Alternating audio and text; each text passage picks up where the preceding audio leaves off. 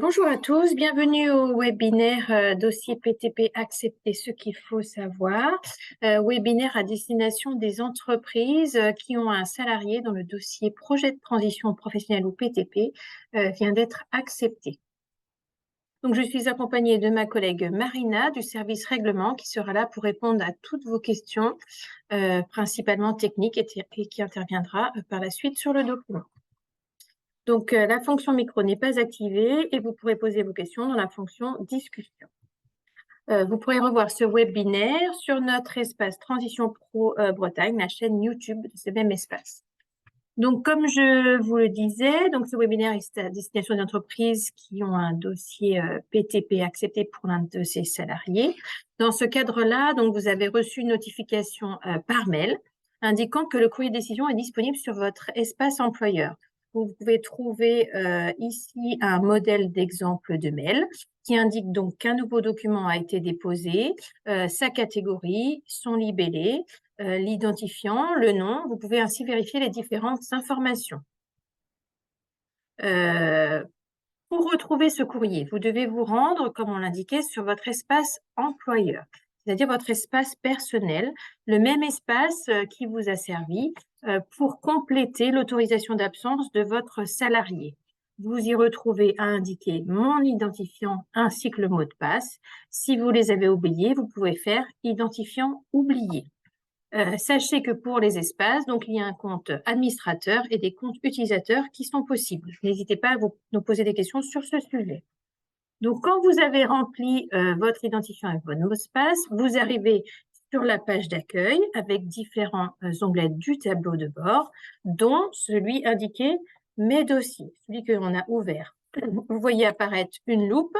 Vous cliquez sur la loupe et vous pourrez accéder à vos différents dossiers. On y retrouve le numéro, le nom, la formation, la date de session, la date de la commission et bien sûr le statut du dossier. Et comme on l'a dit précédemment, ici, il est accepté. Si vous cliquez sur la loupe, vous accédez à vos dossiers avec différents onglets. L'onglet synthèse, règlement, documents, certificat de réalisation et avance sur salaire. On va voir par la suite les différents onglets. Là, vous voyez qu'on retrouve à nouveau le numéro de dossier, votre bénéficiaire, sa formation et les sessions. Et quand on ouvre la page synthèse, on a bien le nom du bénéficiaire et ses coordonnées, son portable et son email, et le nom de l'organisme de formation.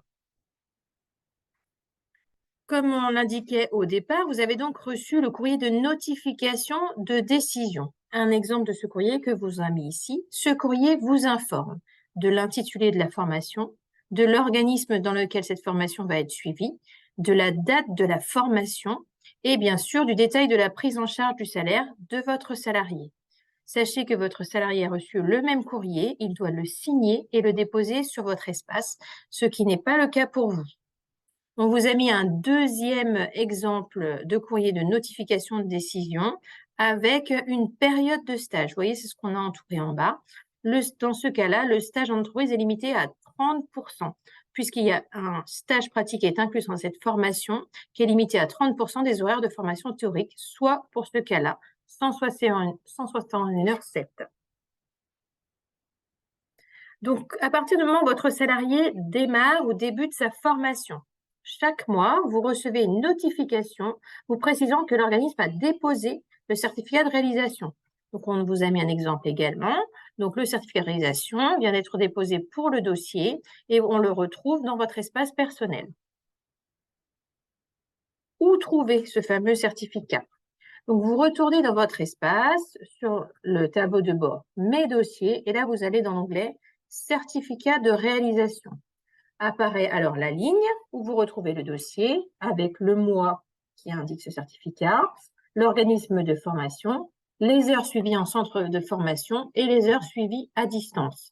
À la fin de la ligne, vous pouvez télécharger en PDF ce même certificat. Certificat qui se présente sous cette forme, écrite avec les différentes informations et avec le nombre d'heures réalisées. Ça vous permet de suivre l'assiduité de votre salarié en formation et ça indique les présences et les absences journalières. Tous les mois, ce que vous devez faire. Chaque mois, en fait, vous devez déposer le bulletin de salaire de votre salarié sur votre espace Transition Pro Bretagne. À partir de la date du dépôt du bulletin, Transition Pro a environ un mois pour vous effectuer le remboursement. Comment déposer ces documents?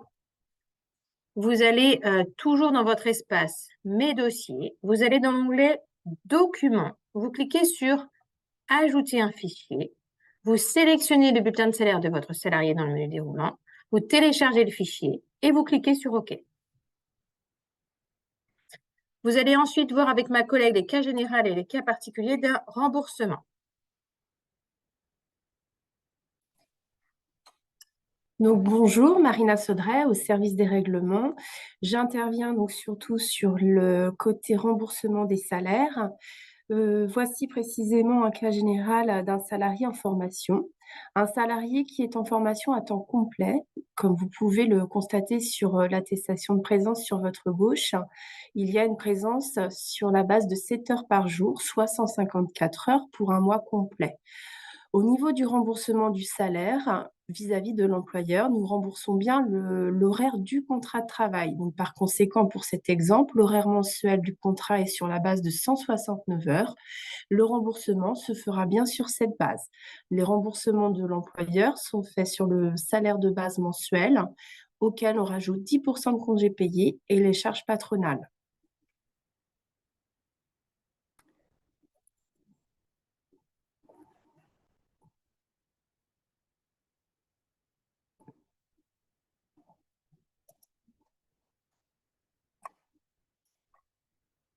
Voici un deuxième exemple d'un contrat de travail, par contre, à temps partiel avec une formation à temps complet. Dans cet exemple, le salarié est également en formation à temps complet sur la base de 150 heures pour ce cas-là. En revanche, l'horaire mensuel du contrat de travail est basé sur la base de 115h39. Le remboursement de l'employeur se fera donc sur le contrat de travail 115h39. Pour les cas où le salarié se trouve en absence, ici, nous constatons bien par rapport à l'attestation de présence que le salarié a été absent 3 jours du 21 au 23 septembre. Au niveau du remboursement, nous allons donc déduire ces 3 jours, soit un remboursement de 151h67 moins 21 heures, nous rembourserons sur la base de 130h67. Particularité que nous rencontrons de temps en temps, ce sont les formations à temps partiel. Pour exemple, ce salarié a été présent 3 jours sur ce mois en question. Le remboursement de l'employeur se fera par rapport aux heures de formation. Concernant les primes annuelles, sachez qu'elles vous sont remboursées au prorata de la présence du salarié en formation et elles sont versées à l'employeur à partir du moment où vous, en tant qu'employeur, vous la versez à votre salarié. Et pour vous la rembourser, il faudrait nous transmettre la copie du bulletin de salaire où apparaît le versement de cette prime annuelle. Comment consulter mes règlements? En tant qu'employeur, il faut donc aller sur votre espace employeur.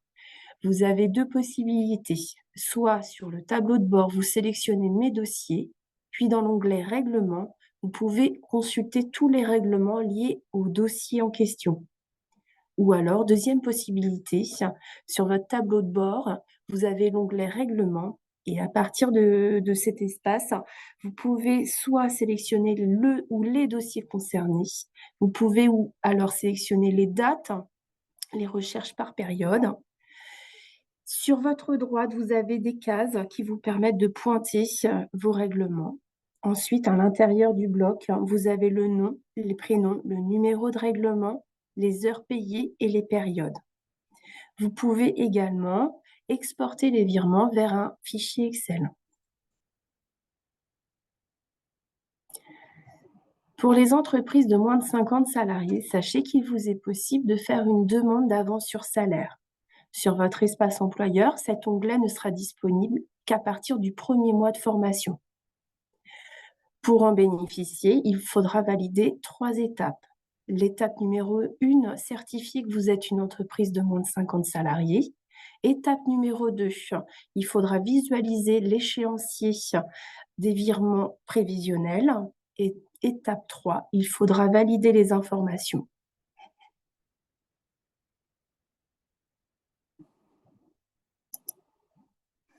Merci Marina. Si vous souhaitez nous contacter, différentes possibilités. Soit vous avez une question et vous allez dans l'onglet Messagerie de votre espace sur le tableau de bord.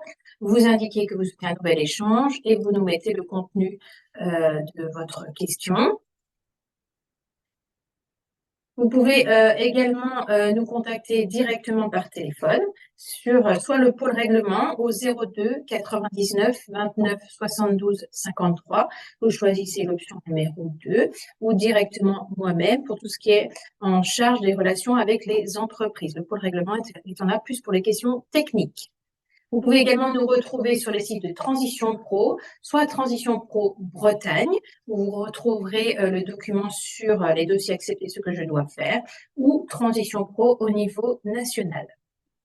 Merci pour votre attention. N'hésitez pas à poser vos questions dans le chat.